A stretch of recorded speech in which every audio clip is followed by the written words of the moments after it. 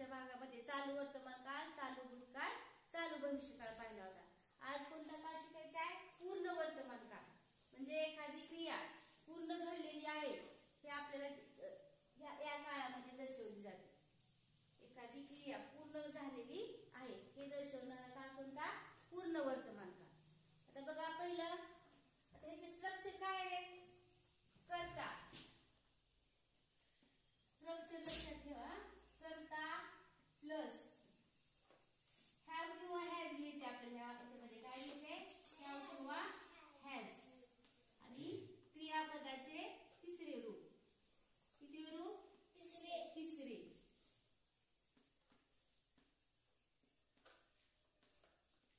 वाचू नका.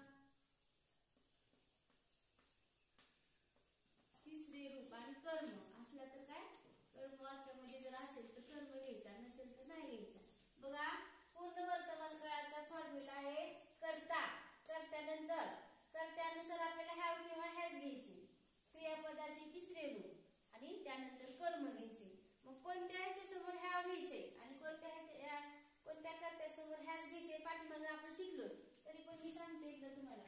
बघा, आय, वी, यू आणि दे आणि अनेक वचनी नावाच्या पुढे काय घ्यायचे रे? हॅव. पाठीमागे शिकलो की नाही आपण?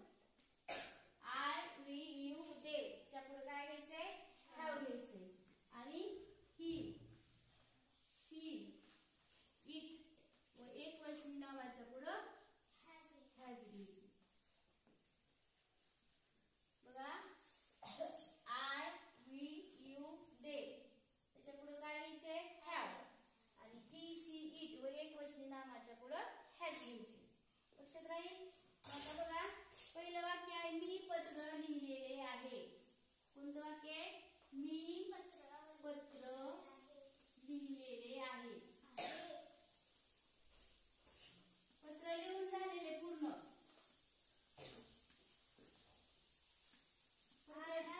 बघा, पत्र लिहिलेलं आहे का? नाही.